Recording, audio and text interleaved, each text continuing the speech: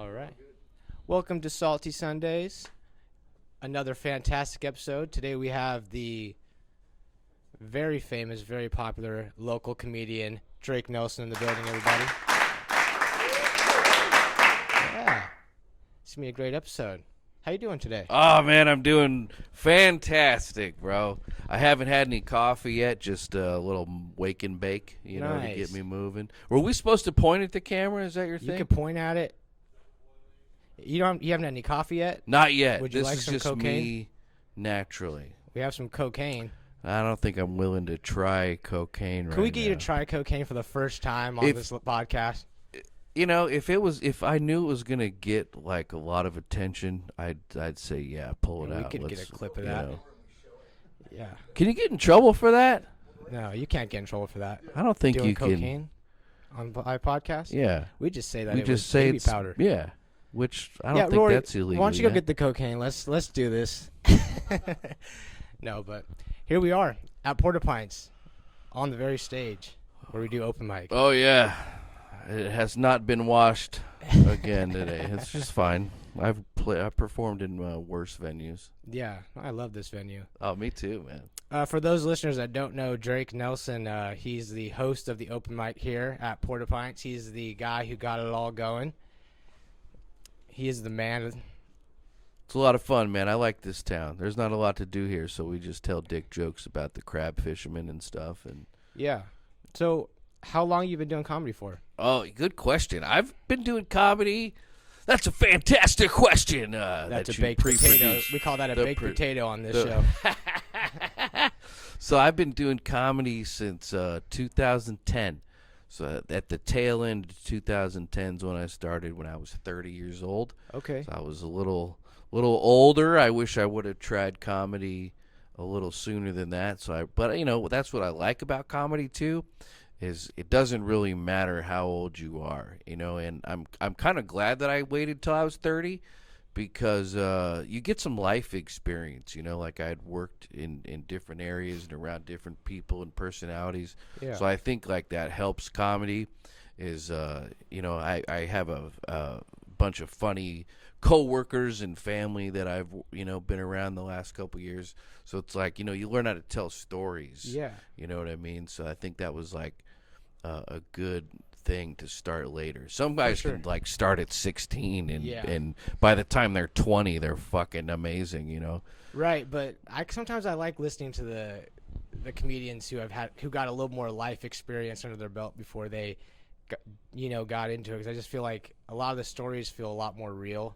Yeah. A lot less rigged for comedy and more just like, if you're like a funny person and you're just navigating through life, sometimes just hearing about those experiences is like, you could tell like it's just a bit more realistic. Yeah, or it's a something little like bit that. more raw. Yeah. It's not like purely written material or Right. anything. So where were you at when you got into comedy? Reno, Nevada. That's where I'm from.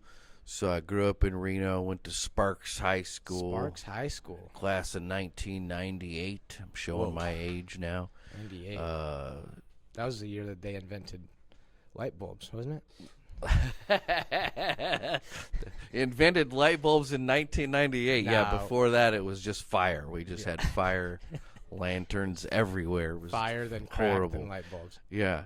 Pyromaniacs loved it though, Yeah. because they could just light shit on fire and then boom, you have light. Right. But yeah, I started in Reno. Reno was a cool place to start, man. We started this place called Third Street Bar, and it was right in downtown Reno, and it was kind of a little infamous bar / comedy club. Okay. Like Doug Stanhope came through there, and Yeah. and like a lot of headliners would go there before they would headline at like Catch a Rising Star or Laugh Factory or there's another comedy club there, Reno Tahoe Comedy or something. So like they'd be in town some days a day early, so they would just come by the open mic because it was always full. It's Yeah. kind of like Porta Pints here, where like if there's 40 people, like it feels like a comedy club. You Feels know? good. Feels like Yeah, not a lot of yeah, empty space. Yeah. yeah. So third. Sorry about that, you guys. We just had a small technical difficulty. Never It's, apologize perks for of, technical difficulties. So the you were saying was, what was it called? Third Street Bar was a great place to start. It was a competition, and they'd always have like at least 12, 13 comics go up. And the basic premise of the show was like everybody does 5 minutes, right? And then at the end of the show, everybody comes back on stage and they clap to see who was the best that night. That's pretty cool, right? actually. Yeah. So it's like, So then, yeah, it's a competition. Yeah, yeah. So it motivates you to like get your friends out there, you know, so people clap. And then when you win, you come back the following week and you do 15 minutes. Okay. So like that's what happened to me. I won my first night, right? Right. Because like I had told people How long you been doing comedy at this point when you went up there? this was my second time. That was like your second time ever. Yeah, Oh, wow. yeah. So you're like 5 minutes is. Yeah, I had nothing. I was just like, farts are warm and stinky, right? Like, you know, I was like, oh my god. yeah, I was like, I work with this girl at work. She's an asshole, and people were laughing, you know. And but I won, so I was like thinking I was king shit. And then I went back the following week to do 15 as the headliner at the fucking open mic, and I bombed my ass off. You Yeah. know. And it was a great experience, and I've often said to like young comics, like you learn way more when you bomb. And what I learned was I didn't have fucking 2 minutes, yeah. and I stood up there for like 9 before I was like, okay, I'm leaving, Yeah. because it was horrible, you know. But yeah, great place to start. And You just kept going back though to that same place and just. yeah, I went there probably the 4 years that I was in Reno. So in the first year, and what's crazy is like how everything linked. All my whole career links back to Third Street, and Right. here's why. I'll kind of briefly take you on a fucking stoned podcast with Drake. Okay. So started at Third Street, and then I met a guy named Dave Mencarelli, who's a good friend. He was managing Catch a Rising Star, Okay. right? So within a couple months, he asked me to come do a guest spot at Catch a Rising Star. He asked me to do 10 minutes, right? And I was like, yeah, no problem. You know, like I didn't have 10 minutes, but I was like, I could stand up there for 10 minutes. So I come in and I do the set, and I thought it went pretty well because it's a packed comedy club. It's like designed for comedy. Right, so right. I'm pretty confident enough to hold the stage for 10 minutes. I Yeah. say goodnight, everybody, you know. And I'm thinking the show went really well. And then Dave pulls me aside and he goes, that was okay, man, but you need more jokes. And I was like, what are you talking about? I just killed for 10 minutes. Right. So I didn't understand what that meant for about another year or so, you know. It's one thing to be funny and confident and smiling and shit, and it's like people laugh. It's contagious. But yeah, it's contagious. And that's how that comedy club was designed. But I didn't have jokes. I had like funny premises and setups and shit and zingers, you know what I mean? right. This guy knows what I'm talking about. I had Yeah. confidence on Right. stage, but not jokes, you know. But make a long story short on that, within a year, Dave wanted to move on from managing that, and he got me the job. So within a year, I'm managing this comedy club in Reno. Damn. Okay. And now I'm on stage 6 nights a week at the comedy club, and then I would go to the other open mics in town too. So I was on stage like 8-9 times a Wow. week, and you're working with a different headliner from all over the country. They're coming in from New York, L.A., San Francisco, Chicago, all over the place. Meeting a lot of people. A lot of Meeting, people. yeah, and the thing is about comedy, like comedians are the ones that are going to help you get gigs in those first couple years. sure. You know, so I made all these contacts and because I'm the manager, so now they're emailing me like, yo, how Yeah. can I get a week at Catch a Rising Star? And I'm like, I don't even have jokes. I don't know how to get in either. But such a If you great find out, let me know. yeah, exactly. But I was making a living in comedy within a year. You know what I mean? That's kind of interesting because, like, it's not like you were a comedian, but you were a comedian, but you weren't. Your living was, you were managing all these different talents and acts and stuff coming in. And Well, stuff. not necessarily managing them. But like you were managing the venue who was right. who was booking. Yeah, it, right? so I was helping with promotion Yeah. and marketing and stuff like that. It's a great way to learn like that. Like business is like Porta Pints, for Yeah. example.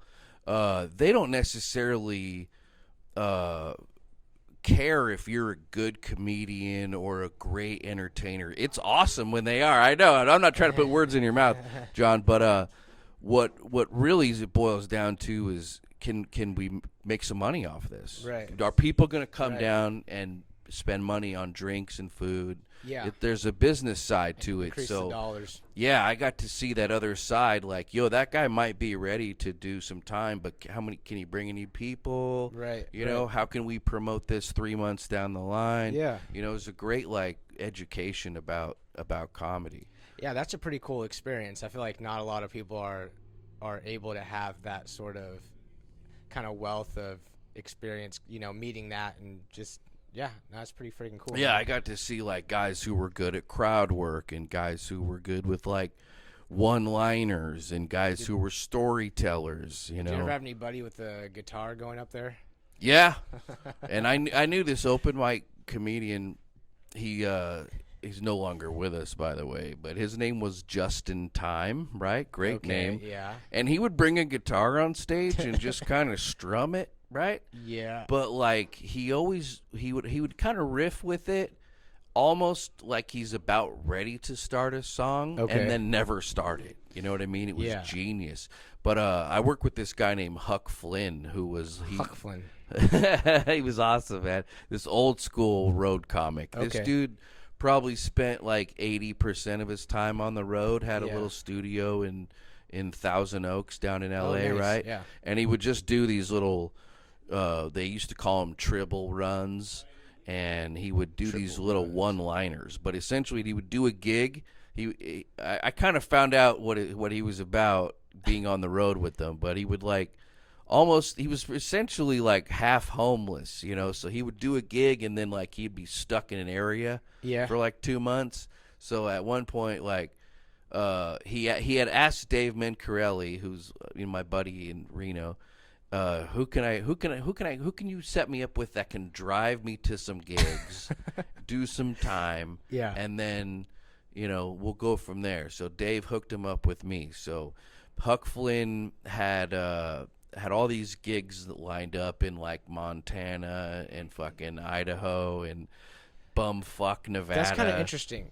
Now, because what was that children's book, Huckleberry Finn? Was it Huckleberry Finn? Huckleberry Finn, I think. And that guy was a sort of like that too. He would kind of like a vagabond. Yeah, he was a slick little silver-tongued devil. Just kind of can get his. I'm not too familiar with the story of Huck Flynn. I'm a big fan of racism, don't get me wrong, but something about Huck Flynn just exactly. Yeah. But I can't remember what Huck was about. Yeah, was right. Huck all about that pussy? I can't remember. Nah, he was like a riverboat huckster. A riverboat huckster. He was a snake oil salesman. Yeah. Yeah. Well, that's cool though. So you started doing shows in Reno then, right? Yeah. When was your first time headlining?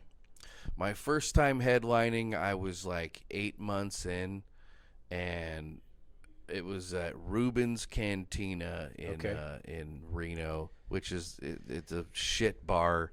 People get shot there. Shout out. They do cocaine off their fucking dicks. It's horrible. Doing cocaine off their dicks. But check this off out. their own dicks? Off their own That's dicks. insane. They have huge dicks at this bar. Cocaine everywhere. That's Anyway, pretty I headlined this place, and I shouldn't have been headlining, but I wanted to just see if I could, what it's like to be on stage for that long. Right. So at this point, I probably have 6 or 7 good minutes, right? To be honest with myself. So I ended up being on stage for an hour and 10. Wow. And I filmed it. It's not great, but it's funny. We gotta see I'm that doing footage. crowd work and riffing and improv and shit. Yeah. So, but yeah, I still don't call myself a headliner. It's Okay. I can headline if I need to. Right. I feel like I have the time, Yeah. but I don't do it on a consistent basis enough. It's a weird thing. Some Yeah. people call themselves headliners. Some people call themselves comedians. Right. Whatever. So, but yeah, I'm not like headlining on a consistent basis even today. So, how long you been in Crescent City for? Since the pandemic. Since pandemic, Yeah, so 2020, right at the start of 2020. You were in Reno previous to that? No, good question. I was in LA at the time. Okay, so you made your way down to LA. Yeah, so after my run in Reno, and this is why I left Reno, because I got an ego, right? Okay. So I was in Reno 5 years for comedy, so I'm about 35, 36. I'm working at the Bunny Ranch, which if we have time, we can maybe. How long is this podcast? 9 About an hours? hour. We're going to do a about- 9-hour podcast? That's fine. Yeah, around there. Actually, yeah, we'll just keep going until we run out of space on this phone. Until we tap out, until the technology and phone taps out Yeah. again. No, it's cool.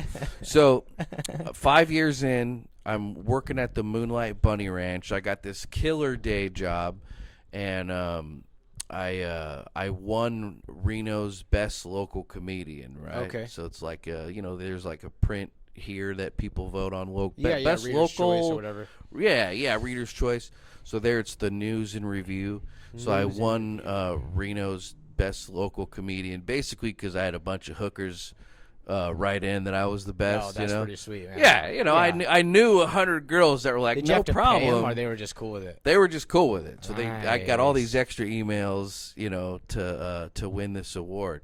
So Yeah. I got this crazy ego, like, well, there's nowhere I can go in Reno. I've reached the ceiling, Yeah. So I go to LA, and thinking they're You gonna. left your prostitutes? I Or did you left. take them with I you? left this beautiful job. I had an office, and I was basically filming naked prostitutes Nice. at the Moonlight Bunny Ranch. It was amazing. Telling I fart had jokes benefits. and I had filming dental. chicks. What's that? You were telling fart jokes and filming naked chicks. Yeah, it was. I couldn't Like, I gotta have- get and out. I'm I gotta winning leave. awards. I'm the best. Yeah. It's like, I got to get out of here.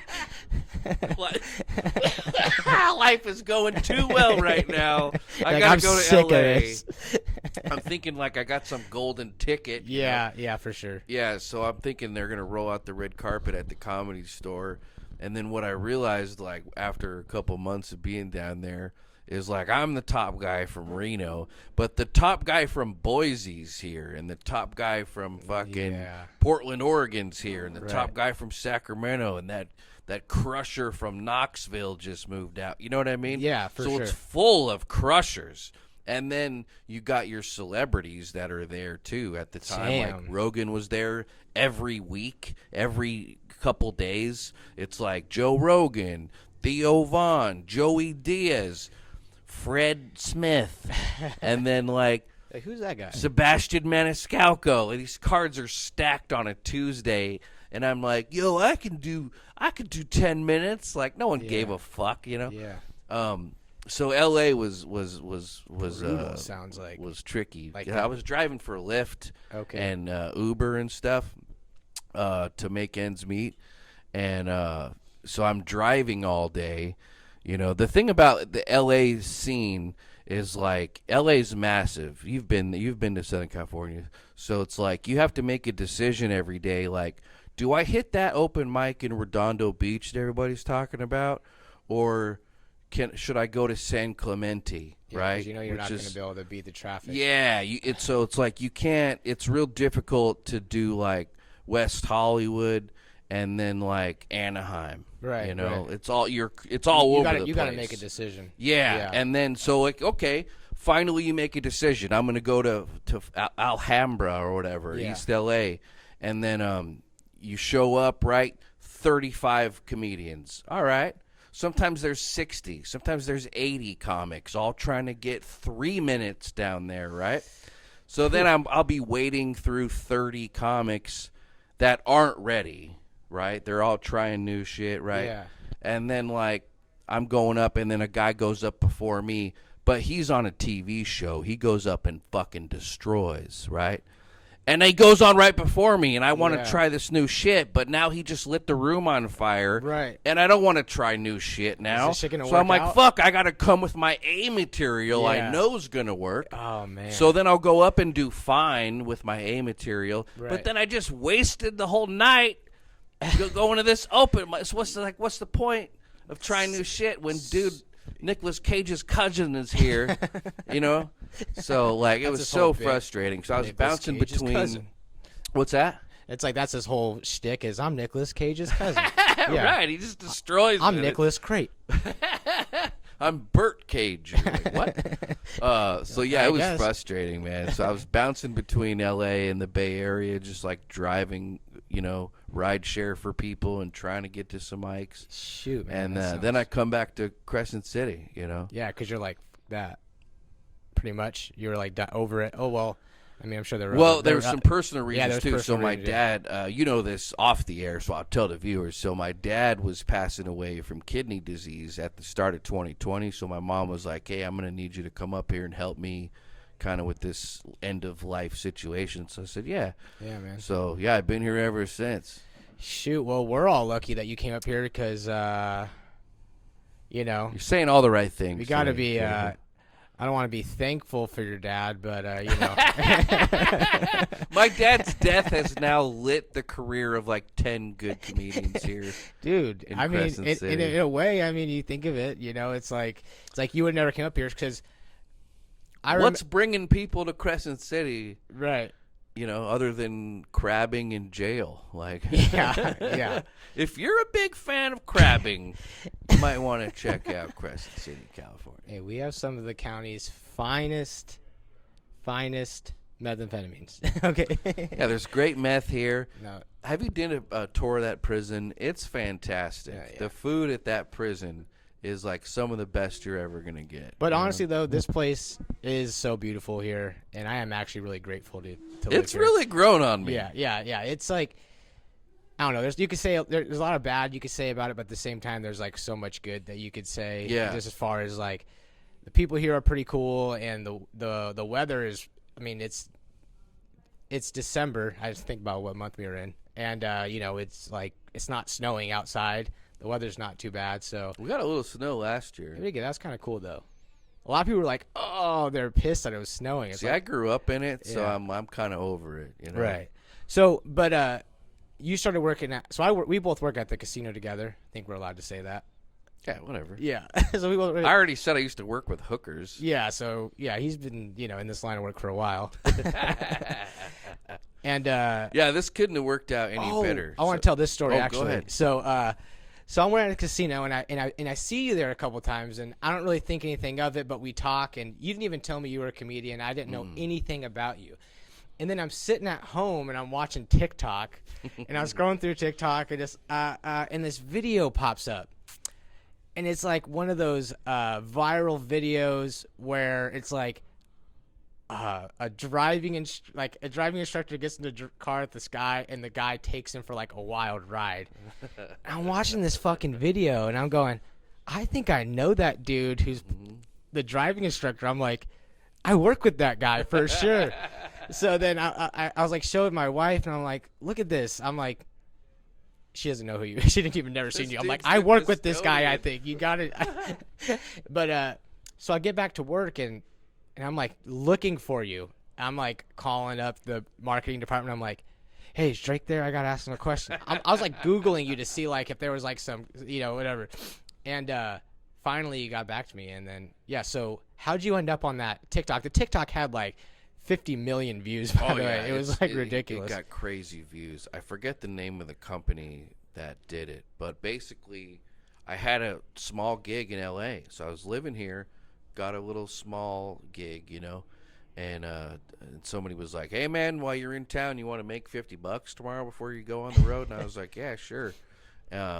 And that's all it was. I just called the guy up. I was like, yeah, you looking for a comedian actor? And he was like, yeah, whatever. Yeah. And he told me, he explained it, so I have a background in film and stuff, so I knew exactly what his setup was and what they were doing. Yeah. And so I had just got done working with these YouTubers up in Washington that are like millionaires, and they have a bunch of supercars. So I was doing their YouTube stuff with them. So I had been in these fast cars, like they didn't intimidate me at all. Yeah. So going at those rates of speed is like so no he was problem. actually going. He was actually going. Oh to- yeah, okay. yeah. Damn. Yeah, and would you have like a Did you have a Midwest accent? Were you affecting a Midwest accent? I wasn't trying to, Because but all the comments were like, "This is the most Midwestern guy I've ever seen in my life." That's like every comment was commenting on how Midwest you seemed. yeah, sometimes I do that. Like and it's not like a thing I do on purpose. Right. You know, it's just I like to accentuate words. Yeah. That's the comedian brain in me. Right. You know, like whatever the funnier version of that word is, sometimes I go out of my way to use it.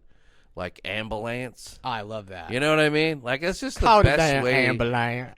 Yeah, I think it's a great way to say it. Ambulance. Yeah, no. There's a few other ones out there, but like, yeah, that Midwestern, it's not like a thing. I just fucking do it sometimes. Dude, you got the comment section popping on that. Oh, good. That's what they were all talking about. I was like, yeah, it's gotten crazy views. So yeah, I had a bunch of people at the casino come up to me like, "Yo, were you that driving instructor?" You know, they kept asking me about it. You know. So yeah, I got people from all over the country hitting me on Facebook about it. You know, hey, I saw you in this video. well, when I saw that, I went up to you. Then you kind of started talking to me about how you did comedy and stuff. And I always wanted to do comedy. Like there have been a couple times throughout my life where I tried to like write out a little set, but you know, living up here, you know, the last 7 years, like where do you go? There's no and so and who do you even ask? You know, Right. There's no one to even ask where do you go. It's just like. Just like, I don't know. I'm just going to write these things and maybe figure it out. But so you're like talking about doing comedy and how you know, at work you book the, you know, the talent and stuff for our shows. And then you told me I should just start writing some stuff down and creating a little set. And then I started doing that. And then I would just kind of share you with stuff. And then you freaking, what was it, like 2 weeks later? 3 weeks later? Yeah. I was booking. Who did we put you on with? Jason Collins. Jason Collins. So Jason Collins is a buddy of mine. He works every major comedy club in Southern California. Jason's a like regular there, and he tours all over the country. He's been all over the world. Super cool guy. So I was like, hey man, I got this buddy of mine at Elk Valley who wants to try stand up. We have nowhere to perform. Can I throw him on before your show? And he was like, yeah, I don't give a shit. He didn't care. He didn't care at all. So I had to kind of run it up the chain and tell the casino, like, hey, we're going to throw Jacob on. Yeah, your employee. Yeah. Yeah. But kudos to you, man, because, yeah, that was your first time on stage. Yeah. Like, you didn't have any open mic tryouts. You weren't tightening up your shit in front of people. No. And I put your feet to the fire. Yeah. And you did fantastic. If you did the same set you did like a year in, I'd be like, you're awful. But yeah. for the first time Yeah. on stage, on a big, and it's not a little stage. Like it's a big, you know, that's like a $500,000 audio setup we got. It's you know, it's like big names have been on that stage. So you went up and did great. You know? Yeah, that was nerve-wracking. I bet. Yeah. And I didn't have a great set, I don't think, before you came out, you know? I did well enough. No, yours went well, but then, so you got the host on the stage, and then the host... Did I perform at all? You went up there, and you said a little bit, yeah. You went up there. I can't even remember. You just went up there, did a little bit. You did a little bit, and then the host came on, and then the host... His jokes, he was doing a bunch of Jew jokes, and they just weren't hitting. Like, we had these guys. Yeah, from New York. They were on the road. And the guy was actually from, from, he was just Israel. like, right. Yeah, his New York stuff all tanked. He's like, I remember one of his jokes. I thought it was funny. He's like, I moved from Israel, gave from the Jews, so I moved to Brooklyn. Yeah, that's a great joke. I thought it was a good joke, but the audience was like, what? You yeah, know? they don't have no idea what a Jew is. Yeah, so, yeah, they never seen one of them. But yeah, I remember you. It was like the day before. And I was like, okay, well, after we get off work, can I show you what I got? And then I went up there and I did 2 minutes of the most like haphazard, not put together thing ever. And you're like, yeah, you did about 2 minutes about there. You're gonna need 3 more, or I don't remember what it was like. I had some suggestions. Yeah. Yeah, and it was like, okay, so then I was like stressing out about it. And I took a little car drive, and then it kind of hit me what I wanted to talk about, and luckily it went well. Yeah. I remember sitting in there with Jason in the green room, and I'm just like waiting for my name to get called, and I'm just like having a panic attack, and he's just like sitting there like I'm like it was like I was invisible, like having a panic attack, but no one cared. It was like I was. Oh, yeah. And they're just like they're like whatever, chilling because they've done it a million times, and then I got called out there and the adrenaline hit, and then it just happened. So. Yeah. So yeah, that was a great experience. So I thank you for that. Oh, my pleasure, Yeah. man. And you'll find that like the further along you get in your comedy career, like you'll meet guys who are still nervous up until their name gets called. Yeah. And then guys like me who are chill as fuck. Like, Yeah. So it's like you never know how it's going to affect certain people. Like I got a buddy of mine, I won't say his name, but his name is on the wall at the Comedy Store. This dude is a veteran comedian. He's a headliner, tours all over the country, and he still gets nervous, like before shows. Wow. And I'm like, your name's on the fucking wall at the Yeah. comedy. How are you still nervous? Yeah. You know? Damn. And he asked me, you ever get nervous, Drake? I'm like, no, it's just dick jokes. Who gives a shit? He's like, I've been doing this for 20 years and I still get nervous. He's still, he's been doing it over 20 years. That's and still crazy. gets like butterflies in his stomach. So, there's a couple, you just never really know with comics, like what their personality can be like. I wonder what he's like in the bedroom. I'm sure he's a powerhouse because okay. like he's a wrestler. Like Okay. he's a still athletic dude. Damn. You know, Okay. not like me. I just lay there and hope everything's going fine. You're You having fun? All right, great. Let me know. Wake me up. Make you climax. Give you ecstasy and climax. Yeah. So then now, flash forward to where we're at now. Now we got the open mic. Open Right? mic's been going. It's the longest running open It's- mic in Crescent City. No, at let's this be point. honest. It's the longest running open mic in Del Norte County. Yeah, that's right. 16 weeks. Something like man. that. I lost count already. Yeah, 16 But we've weeks. been What's that? going What is pretty that? strong. The fourth trimester? How does that work? I don't know. I'm not like a geography guy. You know. I wish we had an expert on the field. Yeah, it's been going great, man. We got a couple guys that are really surprised me, like yourself, MC Kane. MC Kane. I don't know if you've explained to the podcast what we did a couple weeks ago when we went to Medford. We touched on it a little bit, but yeah. So you get the open mic running here, thanks to What? yeah. We gotta get that on the mic. I want the cough soundbite. Yeah, cough right Just into go it. ahead and cough into it. So I was always curious. I've never really heard the whole thing, but how did you get the open mic about here? What did that process look like? Because I'm sure you were like, you had the comedy bug. You're like, let's get something started here. And I've wanted a place that I can kind of work out and stay fresh in front of people, So the owner of this bar has a huge drug habit, right? And I happen to sell drugs, so like we were talking about drugs the whole time, and then he was like, "You're funny, Drake." He's like stoned, right? Drake, you're really funny, man. You should come down. And I'm just kidding. No, I can't remember the exact process. I knew that John and Cynthia had taken this place over, and I think you introduced me to Cynthia, and then she passed the message, whatever it is, whatever that process was. And then I met with Russell. I was like, yo, man, I'm a comedian. I live up the street. Yeah, I can be here every Sunday. right. And he's like, well, we can't pay you, but we'll give you pizza and beer. And I was like, that's a fucking deal. Sold. Sold. And I don't have to go too far. Yeah, no, And it's perfect. that's how we started. and the first couple, the first 2 months or whatever, it was always just you and I. Yeah. You would go. And up I there- expected Yeah, that. you were up there for an hour, and then I would do 5 to 10 minutes. And Yeah, then that's pretty much. How many times did we did it a bunch of times like that? Yeah, you know? yeah. There you go.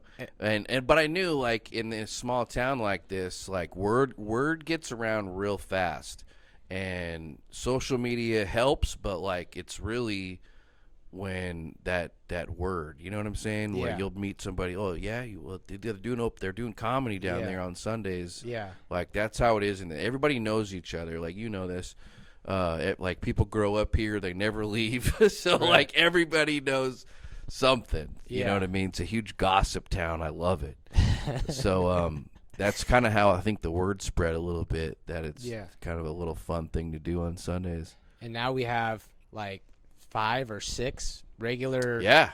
people who go up. MC Kane, Michael Cordova, Taylor McCoy, Adam Spencer. Adam Spencer, Lana, right? Lauren. Lauren Godlow, right? and And we got a couple more. So yeah, and and then- there's one-offs that come up every once in a while that are just can't remember their names, but they're really funny. I believe it's Rupert and Alexander Peterson. Okay. I don't know if that's Man, true. that's crazy how many people come up now. Honestly, like when we come here and I'm just like name after name, people are just coming up. I'm just like, I don't know. I'm just kind of like, wow, I can't believe now you can only do 5 minutes. right. And I still don't have like an official like here's how it should be, but because I want to make sure like we get to that point in 6 months if we're still going. Then it's like it's got to be regimented and sign up sheet. Like, oh, Yeah. if you're 5 minutes late, you didn't sign up. Sorry, man. See you next week. Yeah. Because we got 10 other guys waiting. You know what I mean? Right. Because that's how it is in bigger cities. Like they don't Right. really fuck around in the bigger cities. Yeah. It's You just know? like be there and sign up. Right. So, and because of all this, now just last Wednesday before last, we all did a show in Medford. I have to cough again. Yeah. I turned it off like a professional. So yeah, I had an opportunity to headline. So Casey Moran. Shout out. We'll have you on the podcast soon. Yeah, Casey's awesome, man. I met him in L.A. a couple years ago, and he said something funny to me because he was hosting an open mic in North Camarillo, right, which is like northwest of L.A. I do his open mic. I do pretty well, and he goes, "Hey man, good set. You got a little road on you.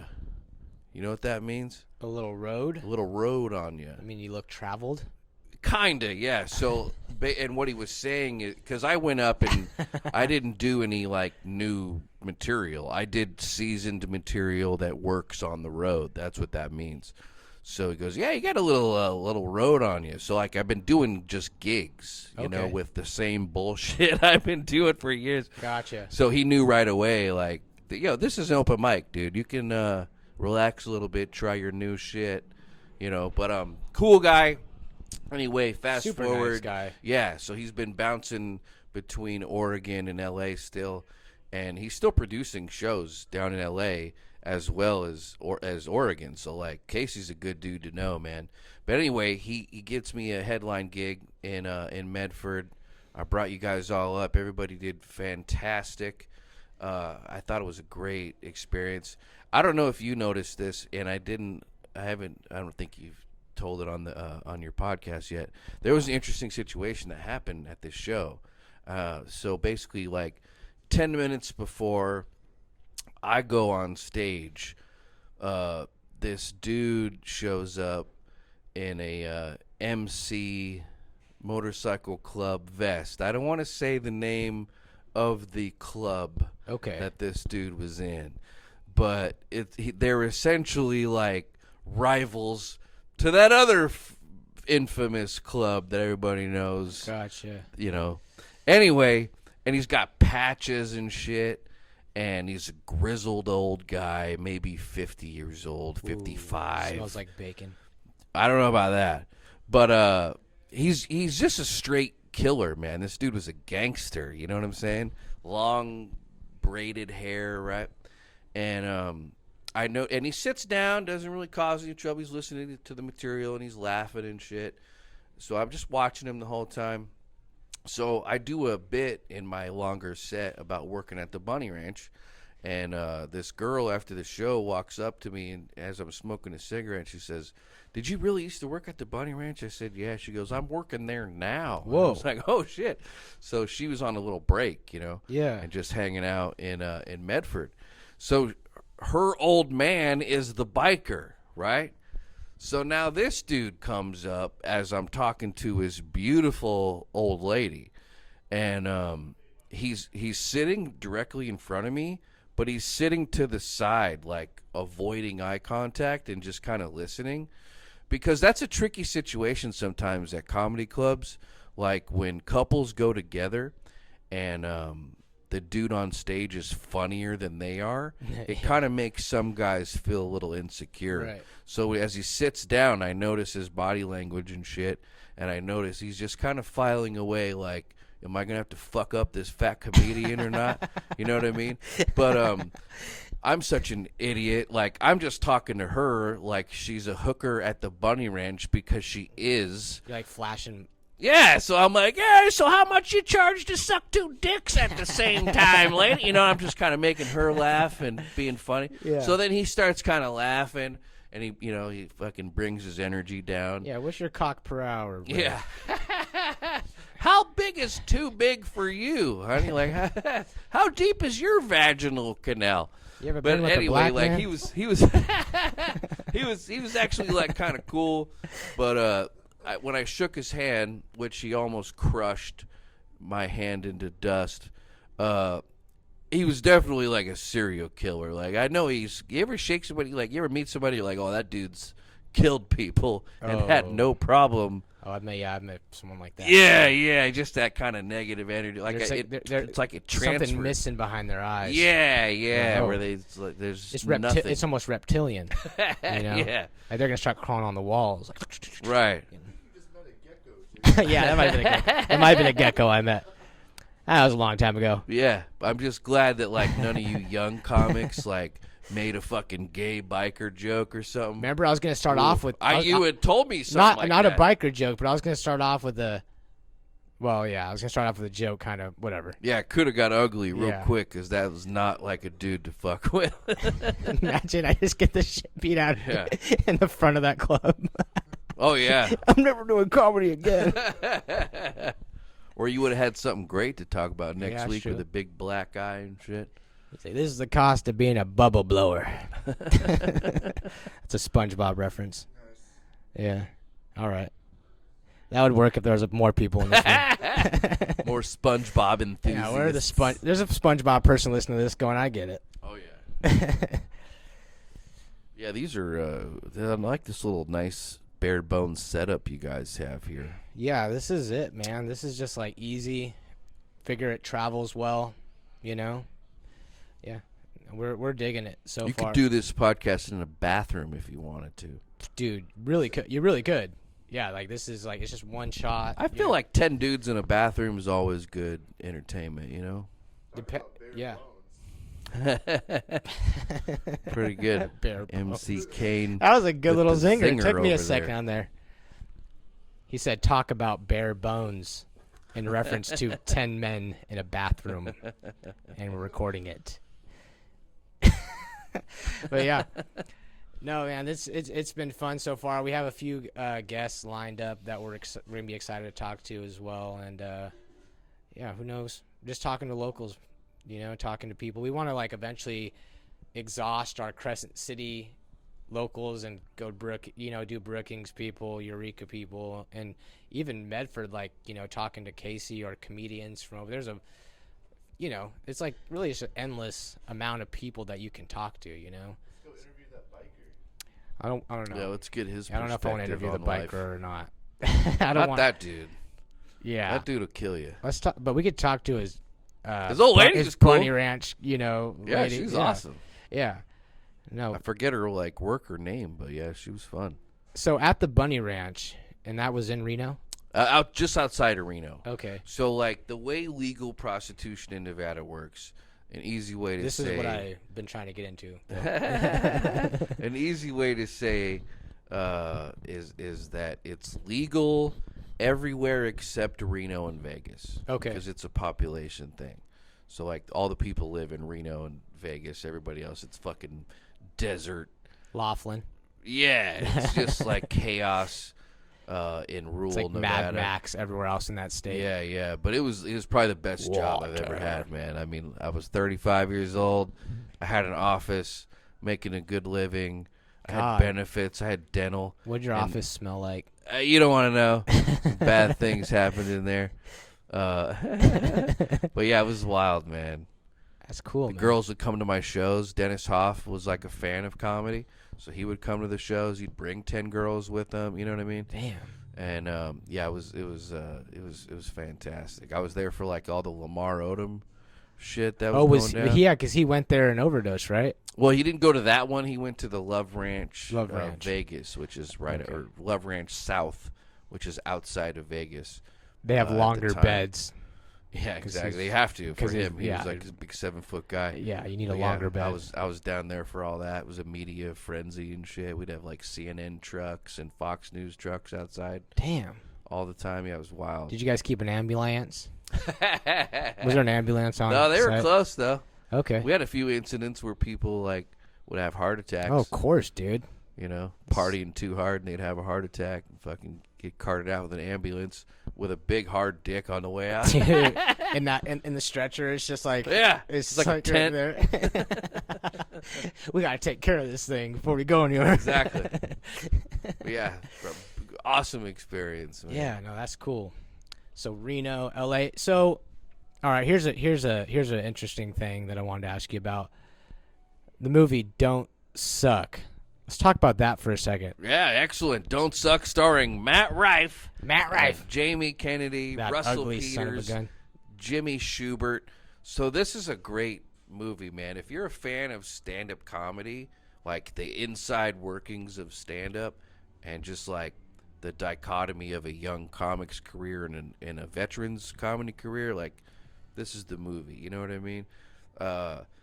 That's my favorite thing about certain podcasts is I like when comedians talk about comedy and they talk about writing bits and sets and chunks and fucking callbacks. I Yeah. like that shit. You know yeah. what I mean? Yeah. Or, hey, I worked a gig this time, you know, Bert was fucking booking it and he was doing cocaine off this stripper. Like, I just like the life Yeah, of yeah. Hearing the comedy. stories and everything. So that's kind of what was super cool about this movie is it's about this veteran comedian taking a younger comedian on it's the road. Jamie Kennedy that plays the the veteran comedian, which is pretty cool because he's like perfect for that role. He's I feel perfect like. for it. It. Like this whole movie kind of reflects real life in a lot of ways. It's Yeah. crazy.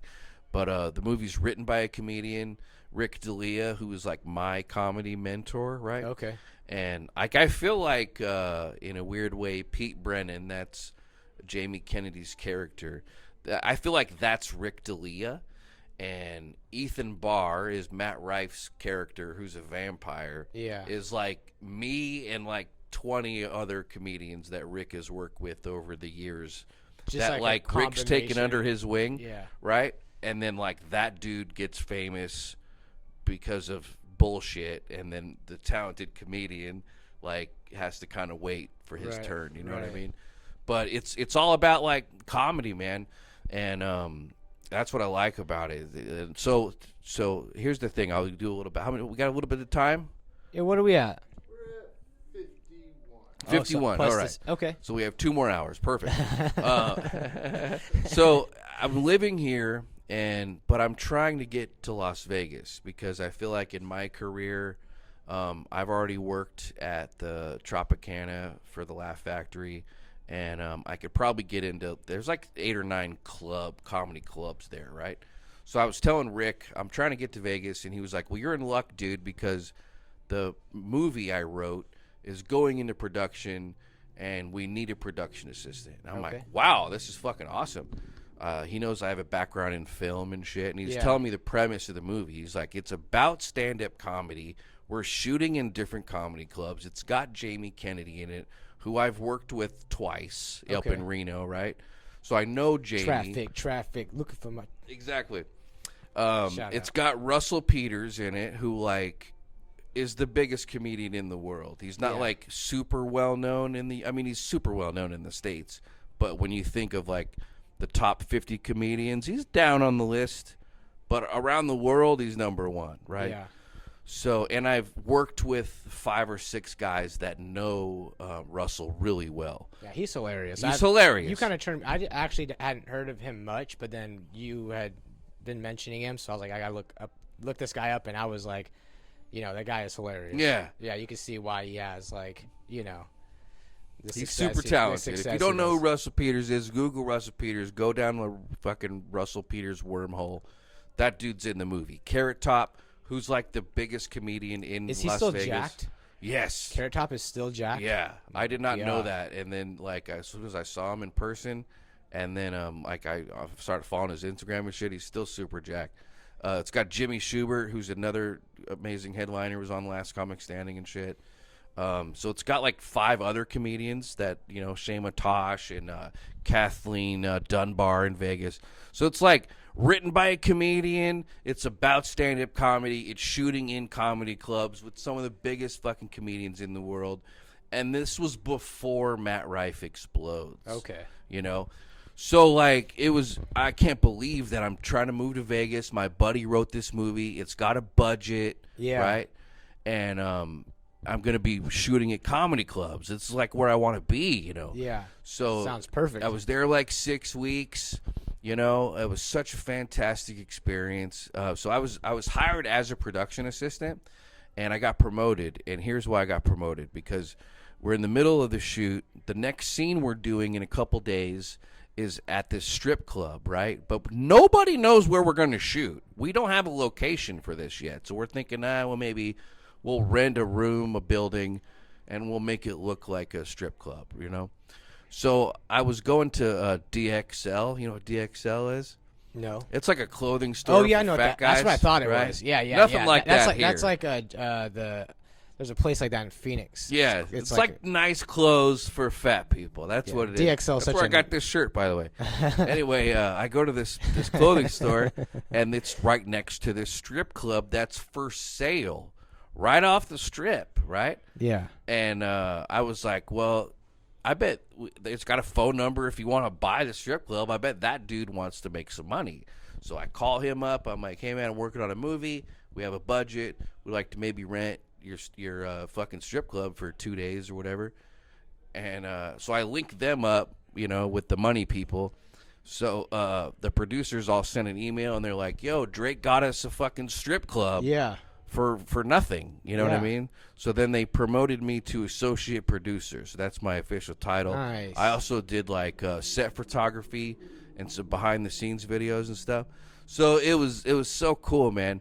But the movie's now on Amazon Prime, and Matt Rife has exploded. Yeah. So Matt Rife is the biggest thing since canned tuna. yeah, man. But I've said this on a few other things. It's getting out there.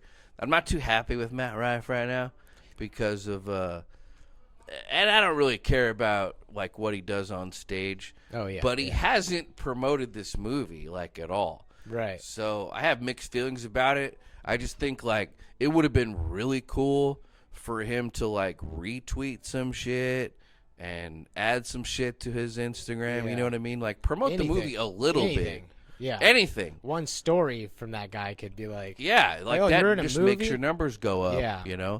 So I'm a little pissed off at him. And when I see you, Matt Rife, I'm probably going to hit you in the mouth a little bit. there we go. Just kind of wake you up. Just kind of be like, hey, man, don't forget the fucking people that help get you to where you are, you cocksucker. No, I'm just kidding. It'll probably make him look hotter. Yeah, I'll have to. That guy just looks like handsome I Squidward. just got to put some marks on him. You know Yeah. what I mean? Yeah, As they mark 'em say up. in the jail, I think. I just got to light you up a little bit, bruh. So anyway, Don't Suck. It's on Amazon Prime. Check it out. It's about stand-up comedy Oh yeah. and vampires. Vampires, our favorite combinations of things. Before we go, I just wanted to give a shout out and a thanks to John Kirk and Cynthia. They help us out with this so much, and they let us use their space, and they've been awesome with the open mic and helping the community out. And yeah, Best pizza in Crescent City. best pizza, best environment. We love those guys. It is the best pizza. It's amazing. It's right next to the bowling alley, of course. I get it here. Yeah. And thank you, man, for Hey, thanks for joining having us. me, man. Yeah, it's been awesome. Thanks for sitting down and talking. And yeah, watch Don't Suck and write Matt Rife a strongly worded hate message. Ask him why he didn't even fucking promote the movie, you piece of shit. Oh yeah, You yeah. got some social media to plug? Yeah, follow me on Instagram at Drake Comedian. Follow me on Facebook at Drake Nelson Comedy. YouTube is Drake Nelson Comedy. Twitter is Cannibal Drake. And I might have an OnlyFans pretty soon. Follow him on a Megan's Law inmate number. Pretty good. All right. That's it.